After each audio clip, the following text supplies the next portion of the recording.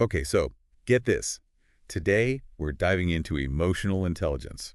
But and here's the twist, not just the touchy-feely stuff. We're talking about how it can actually, like, give you an edge in business. Interesting. And to help us unpack all of this, we're taking a look at this article. From Haptic R&D Consulting. Okay. Now, these folks, they're not just consultants. They connect businesses with some really cool tech. AI, the Internet of Things, the cutting edge. Right, right. Which makes me think they have to understand relationships to do that well, Yeah, right? absolutely. Absolutely. I Yeah. mean, when you're dealing with something as complex as, say, like integrating AI into a business, the tech is only one piece of the puzzle, right? The Right. human element, the ability to build trust. To get buy-in from everybody involved. I mean, that's when emotional intelligence, that's where it becomes really mission critical. Yeah, no, totally. And their article, get this, it's even titled Unleashing the Power of Emotional Intelligence. Bold statement. Talk about ambitious. So I'm curious, did they actually deliver on that promise? What's the verdict?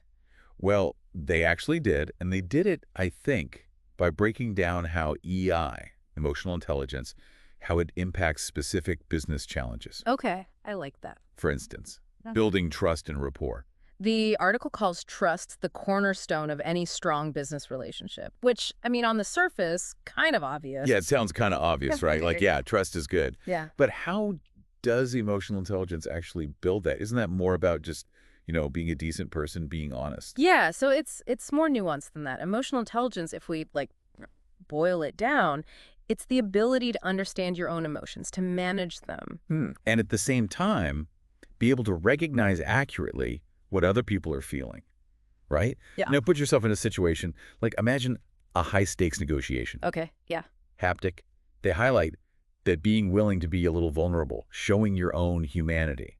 That can actually speed up the trust building process. Oh, interesting. It disarms people, it makes them more receptive because you're being real with them. So it's not about hiding your emotions. It's about like strategically using them to create that connection. It's like, I don't know, showing your cards, but doing it in a way that builds trust instead of weakening your position. Exactly, exactly. Think about it. Let's say you're trying to close this huge deal. Mm-hmm. Would you be more likely to trust someone who's, putting on a front, being robotic, or someone who seems genuine, who's willing to be open about how they feel? No, totally. You connect with the genuine person. It's like that saying, people do business with people they like, right? Yeah. And liking someone, that so often comes down to trusting them, feeling like you connect with them on a human level, not just be all transactional. And that right there is where emotional intelligence, that's where it becomes like the game changer. Okay, I'm with you. By being aware of your own emotions and then also being able to read other people's, you're basically gaining a competitive edge in building those relationships. It's like a superpower. And that takes us to the next big thing the article hits on, effective communication. Right. And they're really emphasizing it's not just about talking, it's about truly understanding the emotions behind the words. Yes. Which in our world of emails and like a million Zoom calls a day, Well, tell me about it. it's more relevant than ever, right? Because it's so easy to misinterpret tone in a text or an email. Oh, absolutely. And that miscommunication, it can be costly. Let me share a quick story Okay. from my early career, early days. Okay, so miscommunication happens. We've all been there. But you were about to tell a story about how understanding those emotions, or maybe not understanding them, actually cost you, right? Oh yeah, it was a bit of a disaster, to be honest.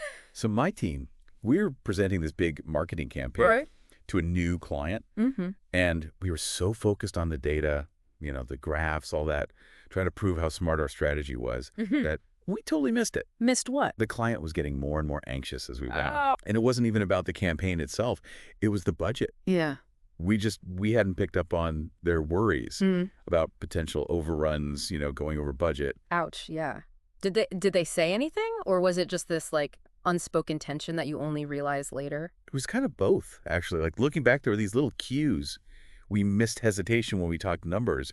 Even their body language changed. If we had been more tuned in to their emotional state, we could have addressed it head on. Right, right. But we didn't, and the whole meeting, it just went sideways. I've been there. Long story short, we lost the client. Oh, that's rough. Yeah, I could think of a few times I totally misread a room and things went south fast. It makes you realize you really have to work on developing that emotional radar.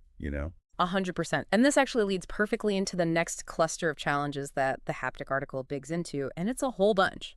Conflict resolution. Influence, adaptability, and collaboration. Okay, they're packing it in. It's interesting, though, right? They don't frame these as like inevitable problems you just got to deal with, but as areas where, again, emotional intelligence, it's the winning strategy. Okay, yeah. So instead of dreading conflict, it's like, all right, here's my chance to use my EI superpowers.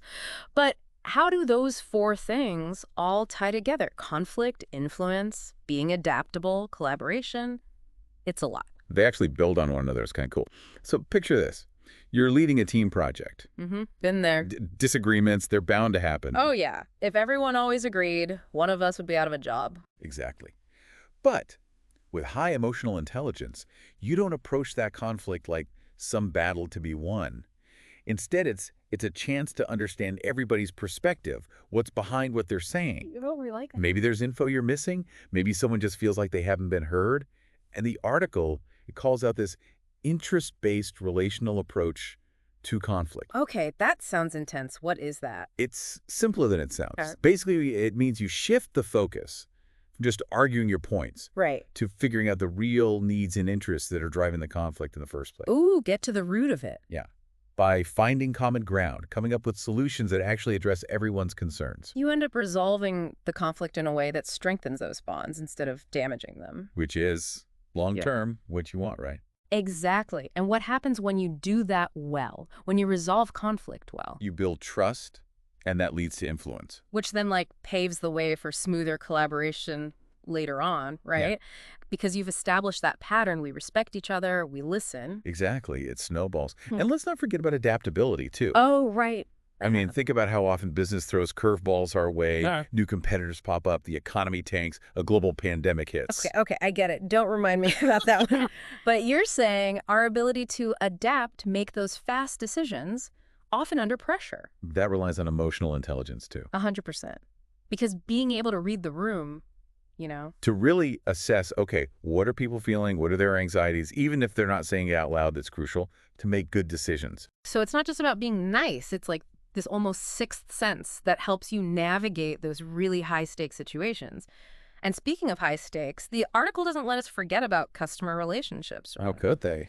And again, it's about understanding what's going on beneath the surface, their needs, their frustrations, all of it. Which, it's such a simple concept when you say it like that, but so many businesses just miss the mark entirely. Yeah. Oh, tell me about it. I've been there both as like the customer, but also in business where you can just tell the other person is not really listening. You know? Yeah. You might as well have a sign that says, like, I'm only hearing the words, I'm not picking up what you're putting down emotionally. Right. And I think that's the difference between just a transaction, you give me this, I give you that, and a relationship that's built on actually getting the other person. Yeah.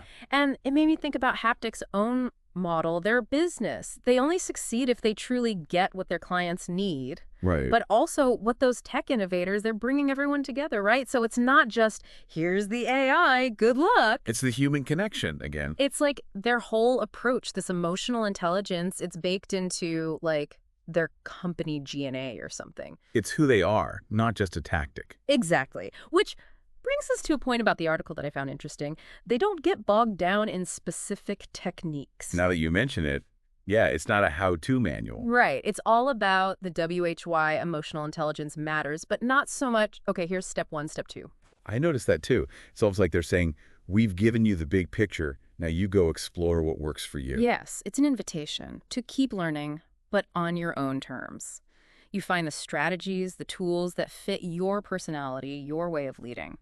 Which, I don't know, it makes me even more curious to dig into all that because there's so many practical questions then, right? Like, how do you get better at reading those subtle cues someone's giving off? Yeah, the tiny tells. And then how do you actually have those conversations about feelings and stuff without it getting, too awkward or whatever? Oh, those are great questions. And I think a lot of us, we struggle with that. But the good news is emotional intelligence, it's like a muscle. Oh, I like that. The more you use it, the stronger it gets. You don't bench press 300 pounds on day 1. Right. Exactly. So to everyone listening, if you're like, emotional intelligence, that's for other people, no way. We all start somewhere.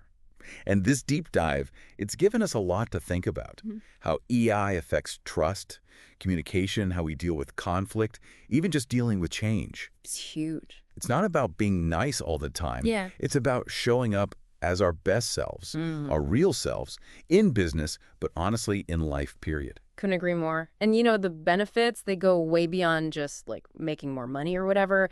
Emotional intelligence, it helps us build stronger relationships, period. We deal with challenges better. We live and work with more purpose, more fulfillment when we get this stuff right. Man, you took the words right out of my mouth. And hey, maybe that's where we pick up next time on our next deep dive. Yeah. But until then, everyone, keep flexing those emotional intelligence muscles.